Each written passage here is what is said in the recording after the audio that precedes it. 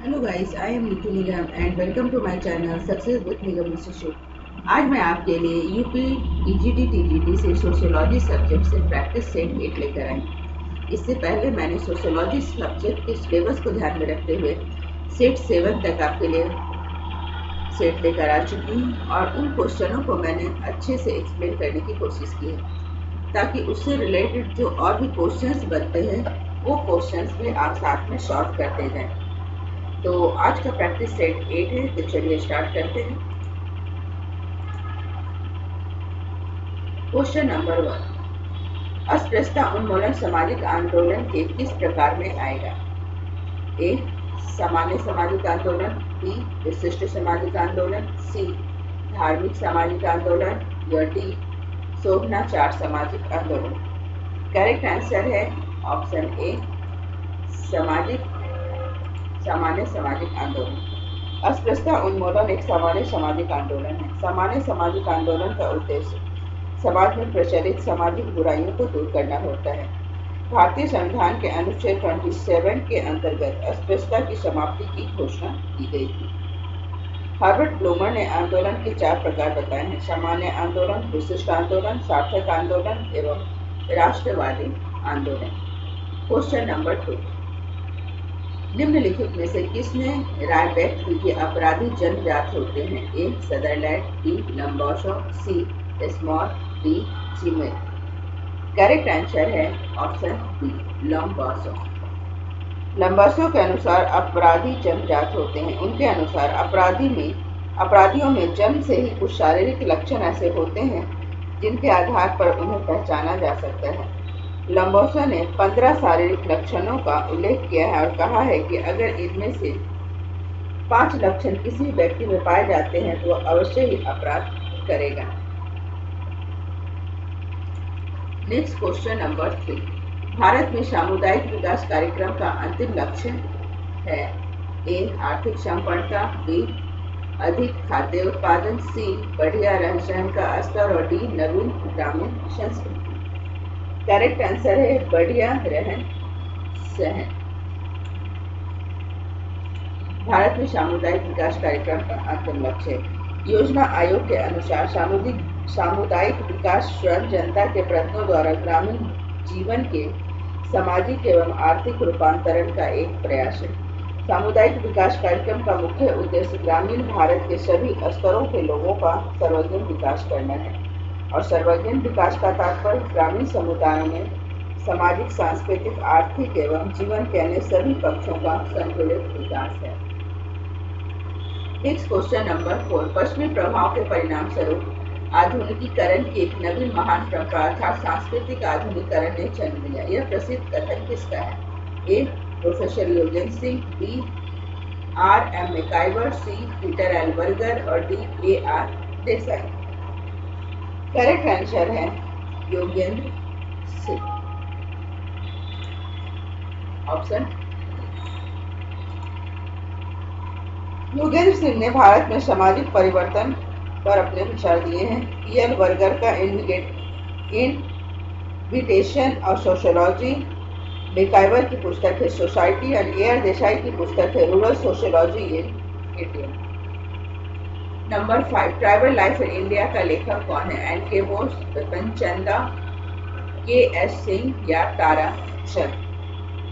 Correct answer है N.K. Bose.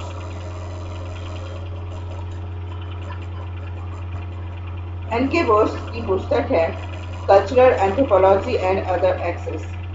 A.K. Singh की पुस्तक है ट्राइबल सिचुएशन इन इंडिया और बिपिन चंद्र की पुस्तक है communism in modern India. Next question number 6, Bharat में सामाजिक परिवर्तन का अध्ययन करने के लिए किसने 3 बृहद उपागमों को वर्गीकृत किया है? उद्विकाशीय, सांस्कृतिक और संरचनात्मक। ऑप्शन है योगेंद्र सिंह, बी, A.R. देसाई, सी, S.C. दुबे और D, K.L. Sharma. Correct answer हो जाते हैं योगेंद्र सिंह। भारत में सामाजिक परिवर्तन का अध्ययन करने के लिए योगेंद्र सिंह ने 3 बृहद उपागमों का अध्ययन किया है: विकासीय उपागम, सांस्कृतिक उपागम और संरचनात्मक उपागम। और L.K. शर्मा की प्रमुख रचना है caste and class effective social mobility among the scheduled caste. A.R. Desai द्वारा रूरल सोशियोलॉजी इन इंडिया और S.C. दुबे द्वारा ट्रेडिशनल एंड डेवलपमेंट नामक पुस्तक की रचना की गई है। आप देख रहे हैं इन सभी ऑप्शन से रिलेटेड बहुत सारे बुक्स और क्वेश्चंस मैं साथ साथ आपको बताते जा रही हूँ ताकि इनसे रिलेटेड और भी क्वेश्चन साथ साथ आपके तैयार होते जाएं। क्वेश्चन नंबर 7, जिस संविधान संशोधन के द्वारा महिलाओं को पंचायती राज संस्थाओं के सभी पदों पर 1/3 प्रतिनिधित्व दिया गया था उसे क्या कहा जाता है? करेक्ट आंसर है 73वां संशोधन। 73वां संविधान संशोधन द्वारा पंचायती राज को संवैधानिक दर्जा प्रदान किया गया। इसके अंतर्गत ग्राम पंचायतों में अनुसूचित जातियों, अनुसूचित जनजातियों और महिलाओं के लिए स्थान आरक्षित किए गए। इसके अंतर्गत महिलाओं के लिए आरक्षण की व्यवस्था पहली बार की गई और अब ग्राम पंचायतों में कम से कम 30% पद महिलाओं के लिए आरक्षित है। क्वेश्चन नंबर 8, निम्नलिखित में से कौन एक सामाजिक नियंत्रण का साधन नहीं है? परिवार, हीर, जनरीति और फैशन। करेक्ट आंसर है ऑप्शन डी। सामाजिक परिवर्तन का अर्थ उस तरीके से है जिससे सामाजिक व्यवस्था की एकता और उसका अस्थायित्व बना रहे। इसके द्वारा समस्त व्यवस्था एक परिवर्तनशील संतुलन के रूप में क्रियाशील रहती है। सामाजिक नियंत्रण के निम्नलिखित अभिकरण होते हैं जैसे परिवार, जनरीतियां, लोकाचार, रूढ़ियां, प्रचार, प्रथाएं, जनमत, हास्य और व्यंग, दंड एवं पुरस्कार, नेता, कानून, राज्य, धर्म, फैशन। भीड़ सामाजिक नियंत्रण का अभिकरण नहीं है। भीड़ एक सामूहिक व्यवहार का उदाहरण है। क्वेश्चन नंबर 9, सार्वजनिक सत्य धर्म पुस्तक एवं गुलामगिरी किसने लिखी है? ए. पंडित गुरुदत्त, बी. लाला लाजपत राय, सी. स्वामी दयानंद और D. Jyotiba Phule. Correct answer है ऑप्शन डी, ज्योतिबा फुले। सार्वजनिक सत्य धर्म पुस्तक एवं गुलामगिरी की रचना ज्योतिबा फुले ने की है। एक समाज सुधारक फुले जो माली जाति के थे ने सन 1873 में मुंबई में सत्य शोधक समाज की स्थापना की और इस आंदोलन में भाग लेने वाले मध्यम श्रेणी की जातियां जैसे तेली, कुर्मी, सती और माली थी। प्रारंभ में एक कृषक आंदोलन था, लेकिन कालांतर में जब इसके ब्राह्मण विरोधी रूप ग्रहण कर लिया तब उच्च जातियों ने इनसे अपना समर्थन वापस ले लिया और यह मूलतः पिछड़े वर्गों का आंदोलन रह गया। Question number 10, the decline of the west पुस्तक किसने लिखी है? A. Danilevsky, B. Sorokin, C. Arnold टार्नोवी, D. Oswald Spengler. Correct answer है ओस्वाल्ड स्पेंगलर। अर्नाल्ड टार्नोवी की पुस्तक है the study of history, Sorokin की पुस्तक है सोशल एंड कल्चरल डायनामिक्स और ओस्वाल्ड स्पेंगलर की पुस्तक है the decline of the west. Next question number 11, निम्नलिखित में से किन शब्दों का प्रयोग वेवलर ने अपने सामाजिक परिवर्तन के सिद्धांत में किया है? काम करने वाले मूल संवेग, आदत और विचारधारा, उत्पादन का ढंग, उत्पादन की शक्तियां या वर्ग, संघर्ष। इसमें से हमें आंसर देखना है। तो करेक्ट आंसर हो जाता है 1 और 2, ऑप्शन ए 1 और 1 हमारा काम करने का मूलभूत संवेग और 2 आदत और विचारधारा। वेवलर के अनुसार सामाजिक परिवर्तन वह प्रक्रिया है जिसके माध्यम से हमारी सामाजिक व्यवस्था प्रगति को व्यक्त करती है। वेवलर ने विलासी वर्ग की अवधारणा का भी प्रतिपादन किया है। क्वेश्चन नंबर 12, निम्नलिखित में से किसने कहा है कि पश्चिमीकरण 3 स्तरों पर गठित होता है? प्राथमिक, तैतिक और तैतिक। ये योगेंद्र सिंह, बी. जी.एस. घुरिये, सी. S.C. दुबे और D. M.N. Srinivasan. Correct answer है option D, M.N. Srinivasan. Srinivasan ने पश्चिमीकरण के 3 स्तरों की चर्चा की है, प्राथमिक, तैतिक और तैतिक। प्राथमिक स्तर का अभिप्राय उन लोगों से है जो ब्रिटिश के साथ प्रत्यक्ष संपर्क में आए। तैतिक स्तर का अर्थ उन लोगों से है जो लोग प्राथमिक स्तर पर आए लोगों से प्रत्यक्ष रूप से लाभान्वित हुए। पश्चिमीकरण की प्रक्रिया से परोक्ष रूप से लाभान्वित होने वाले लोग तैतिक स्तर के जाने जाते हैं। क्वेश्चन नंबर 13, आगमन ने अपने समरैखिक सामाजिक परिवर्तन के सिद्धांत में निम्नलिखित में से किन शब्दों का प्रयोग किया है? भौतिक संस्कृति, अभौतिक संस्कृति, चेतनात्मक संस्कृति, विचारात्मक संस्कृति या आदर्शात्मक संस्कृति। करेक्ट आंसर है ऑप्शन ए 1 और 2, भौतिक संस्कृति और अभौतिक संस्कृति। आगमन ने अपने समरैखिक सामाजिक परिवर्तन के सिद्धांत में भौतिक और अभौतिक संस्कृति शब्द का प्रयोग किया है। आगमन के अनुसार विकास के दौर में अभौतिक संस्कृति भौतिक संस्कृति से पीछे रह जाती है, जिससे सांस्कृतिक विलंबना पैदा हो जाता है। चेतनात्मक, विचारात्मक और आदर्शात्मक संस्कृति शब्दावली का प्रयोग शैरोकी ने सामाजिक परिवर्तन के तरंगित सिद्धांत में प्रतिपादन किया है। क्वेश्चन नंबर 14, सामाजिक परिवर्तन का अध्ययन करने के लिए द्वंद्वात्मक ऐतिहासिक उपागम का मुख्य निर्माता कौन है? A T Sorokin, B Karl Marx, C Max Weber और D Wilbert R Moore. Correct answer है option C Max Weber. Karl Marx ने सामाजिक परिवर्तन का अध्ययन करने के लिए द्वंद्वात्मक ऐतिहासिक उपागम का प्रयोग किया। मार्क्स ने अपने इस द्वंद्वात्मक भौतिकवाद के नियम या प्रणाली को कुछ सामाजिक उद्देश्यों की पूर्ति के लिए प्रतिपादित किया और उनमें से प्रमुख उद्देश्य यह है कि आप किसी द्वंद्वात्मक विकासवाद के आधार पर यह सिद्ध करना चाहते हैं कि पूंजीवादी समाज का नाश अनिवार्य है। नेक्स्ट क्वेश्चन नंबर 15, नी जातीय केंद्रीयता शब्द निम्नलिखित में से किस एक ने दिया है? पीए गेडेंस, ई डुर्खीम, डब्ल्यू.जी. शमनर या मैक्स वेबर। करेक्ट आंसर है डब्ल्यू.जी. शमनर। नी जाति केंद्रीयता की अवधारणा का सर्वप्रथम प्रयोग डब्ल्यू.जी. शमनर ने 1906 में अंतर समूह और बाह्य समूह के बीच किसी पक्षपातपूर्ण मनोवृत्तियों को समझने के लिए किया, जिनके द्वारा हम अपने रीति रिवाज, व्यवहार, प्रतिमानों और विश्वासों को बिना किसी ना नुकर के अच्छा एवं उच्च ठहराते हैं। क्वेश्चन नंबर 16, आर के मटन के अनुसार निम्नलिखित में से किसके द्वारा संदर्भ समूह का निर्माण होता है? ए सापेक्ष समानता, बी सापेक्ष वंचन, सी सापेक्ष असमानता और डी धन और संपत्ति।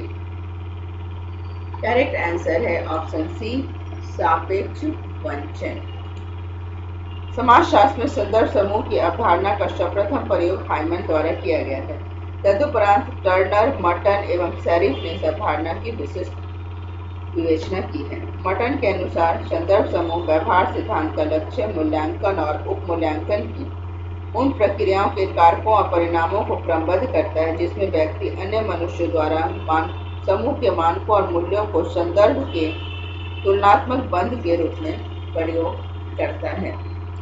मटन के अनुसार सापेक्ष वंचन की भावना के कारण व्यक्ति दूसरे व्यक्तियों के मानकों और मूल्यों को अपना लेता है, जो उसके व्यवहार में परिवर्तन ला देते हैं। इसी सापेक्ष वंचन की भावना से संदर्भ समूह का निर्माण होता है। क्वेश्चन नंबर 17, निम्नलिखित में से किस या किन परिस्थितियों में व्यवहार एक कर्म बन जाता है? 1, जब व्यवहार लक्ष्यों की प्राप्ति की ओर अभिमुख हो। 2, जब व्यवहार उन परिस्थितियों में होता है जिनमें व्यवहार के समाज के मानकों और मूल्यों द्वारा नियंत्रित होने की आवश्यकता होती है। नीचे दिए गए गुट का प्रयोग कर सही उत्तर का चयन करें। करेक्ट आंसर है ऑप्शन सी 1 और 2। 1 और 2 दोनों है। एक ऐसा व्यवहार जो किसी व्यक्ति के लिए महत्वपूर्ण हो तथा लक्ष्य को ध्यान में रखकर किया गया हो तो क्रिया कहलाता है। टार्गेट पार्सन्स के अनुसार कर्ता परिस्थिति व्यवस्था की ऐसी प्रक्रिया को क्रिया कहते हैं जो अकेले कर्ता के लिए उस समूह की स्थिति में उसके निर्मित करने वाले व्यक्तियों के लिए प्रेरणात्मक महत्व होता है। इस दृष्टि से किसी भी क्रिया के 4 तत्वों का होना आवश्यक है: कर्ता, लक्ष्य, परिस्थिति और मानदंड। क्वेश्चन नंबर 18, भूमिका द्वंद्व कब उत्पन्न होते हैं? ए, जब कोई बहुत भूमिकाएं निष्पादन करता है। बी, जब किसी की भूमिका ठीक से निर्धारण न हो। सी, जब निर्धारित भूमिका किसी की स्थिति के अनुरूप न हो। और डी, उपरोक्त सभी। करेक्ट आंसर है ऑप्शन ए। जब कोई बहुत सारी भूमिकाएं निष्पादन करता है। दो या दो से अधिक ऐसी भूमिकाओं के बीच असंगतता अथवा विरोधाभास की स्थिति जिनके संबंध में एक व्यक्ति से किसी भी विचाराधीन स्थिति में संपादन किए जाने की आशा की जाती है, भूमिका संघर्ष कहलाता है। इसमें एक भूमिका के संपादन द्वारा दूसरी भूमिका में व्यवधान अथवा विरोध की स्थिति उत्पन्न होती है। फॉर एग्जाम्पल आप समझ सकते हैं, परीक्षा हॉल में अगर किसी मित्र का बेटा चोरी करते हुए पकड़ा जाए तो यहाँ पर उस परीक्षक की जो है स्थिति भूमिका द्वंद्व की स्थिति उत्पन्न करती है। क्वेश्चन नंबर 19, निम्नलिखित में से कौन सा कथन पुनः समाजीकरण की प्रक्रिया को निर्दिष्ट करता है? ए, परिवार वह समूह है जो अपने सदस्यों की सभी आवश्यकताओं को पूरा करता है। बी, विद्यालय बच्चों की वांछित आवश्यकताओं को पूरा करता है और विद्यालय के शिक्षक समाजीकरण अभिकर्ता होते हैं। सी, किसी कार्यस्थल में किसी व्यक्ति के लिए अपने व्यवहार प्रतिरूप को बदलना और नए सामाजिक मूल्यों आत्मसात करना प्राय आवश्यक होता है। और डी, व्यक्ति जैसे जैसे प्रौढ़ होते हैं वो नए मानक और मूल्य सीख लेते हैं। करेक्ट आंसर है ऑप्शन सी।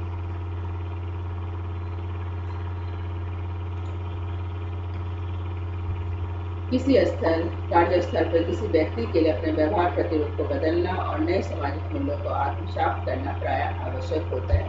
यह पुनः समाजीकरण की प्रक्रिया को निर्दिष्ट होता है। सीखे हुए व्यवहार के स्थान पर नवीन मूल्य मानकों मान्यताएं व्यवहारों का प्रशिक्षण अथवा पुराने ही मूल्य मानकों मान्यताओं के पुनः ज्ञात होने की प्रक्रिया पुनः समाजीकरण प्रक्रिया कहलाती है। क्वेश्चन नंबर 20, उस प्रक्रिया को क्या कहते हैं जिसके द्वारा कोई व्यक्ति या समूह अपने समूह से भिन्न किसी दूसरे समूह के सदस्य बनने से पूर्व उस दूसरे समूह के मूल्यों मानकों व्यवहार प्रतिरूपों को बराबरी की चेष्टा करते हुए ग्रहण करता है? दैतिक समाजीकरण, प्रत्याशात्मक समाजीकरण, पुनः समाजीकरण और गहन समाजीकरण। करेक्ट आंसर है प्रत्याशात्मक समाजीकरण।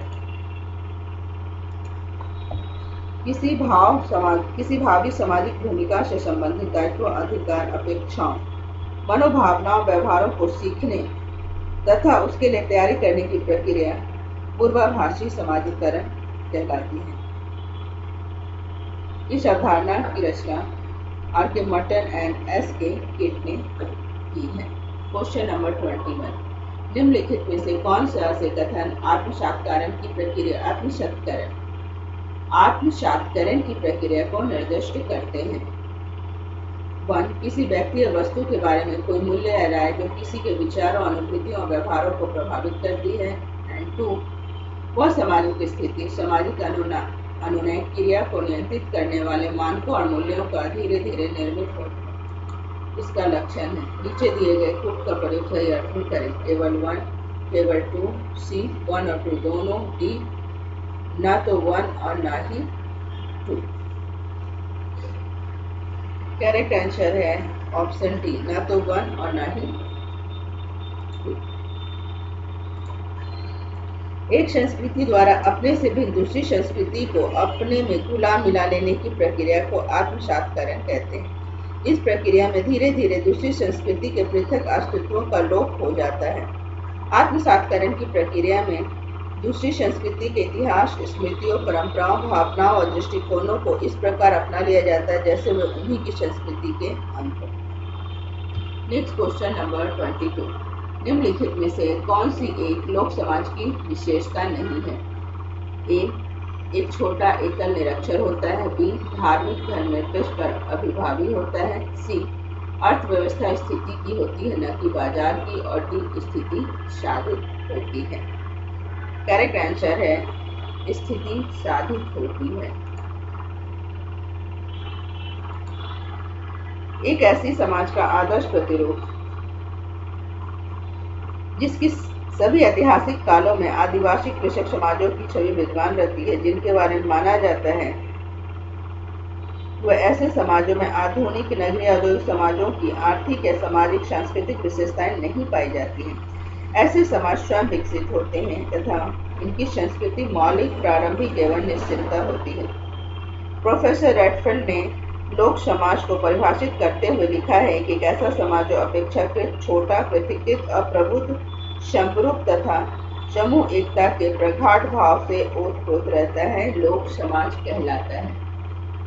क्वेश्चन नंबर 23, निम्नलिखित में से किसमें पितृवंशी एवं प्रतिस्थानिक परिवार का व्यवहार होता है? नायर, नमदूरी, टोडा और खासी। करेक्ट आंसर है option C, Namboodiri. B, Namboodiri. Khasi नागर मातृवंशीय मातृस्थानिक परिवार का व्यवहार करते हैं, जबकि नीलगिरी भी पहाड़ियों में पाई जाने वाली टोडा जनजाति भातृक बहुपति विवाही है। क्वेश्चन नंबर 24, सूची 1 को सूची 2 से सुमेलित करना है। सूची में दिए गए कूट का प्रयोग सही चुनिए। सूची 1 में नातेदारी दी गई है और सूची 2 में उसके लक्षण दिए गए हैं और इस हिसाब से कूट में हमें मिलाना है।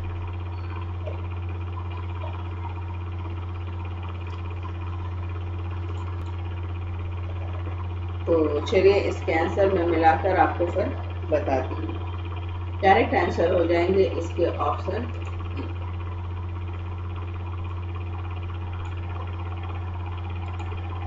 ए का 3, ये इधर में मिला देती हूँ सिंबल से आपको। पितृवंशक अंतर्विवाह होते हैं एंड गोत्र अंतर्विवाही समूह का सबसे बड़ा भाग। एंड सी का 4 ये हो जाता है जाति, कल्पित संबंध और उपजाति कहीं विवाही तो इस तरह ये मैच हो जाता है। नेक्स्ट क्वेश्चन नंबर 25, पितृवंशी समाज में प्रतिस्थानिकता का क्या लाभ पहुंचाती है? 1, इसमें एक समूह के पुरुष एक ही स्थान में रहते हैं। 2, यह किसी संभावित एक रेखीय स्वजन समूहन को अलग अलग कर देती है। नीचे दिए गए कूट का सही अर्थ बताइए। केवल 1, केवल 2, केवल 1 और 2 दोनों, और डी ना तो 1 और ना तो 2। करेक्ट आंसर है ऑप्शन ए, केवल 1। इससे एक समूह के पुरुष एक ही स्थान में रहते हैं। पति स्थानिक में एक समूह के पुरुष एक ही स्थान में रहते हैं। तो ये थे सेट 8 से क्वेश्चन 25 क्वेश्चन थे। आई होप ये आपको हेल्पफुल रहे। इससे रिलेटेड और भी बहुत सारे क्वेश्चन साथ साथ हमने बनाते चलेंगे। तो आज के लिए इतना ही। आई होप आपको ये वीडियो पसंद आया। प्लीज़ हमारे चैनल को लाइक कीजिए, सब्सक्राइब कीजिए एंड शेयर कीजिए। साथ ही आपसे निवेदन है कि और भी जो मॉडल सेट हमने बनाए हैं उसे एक बार अवश्य आप चेक करें और वीडियो को प्लीज़ पूरा देखें, स्किप न करें, ताकि आपको इसका पूरा फायदा मिल सके। Thank you, good bye.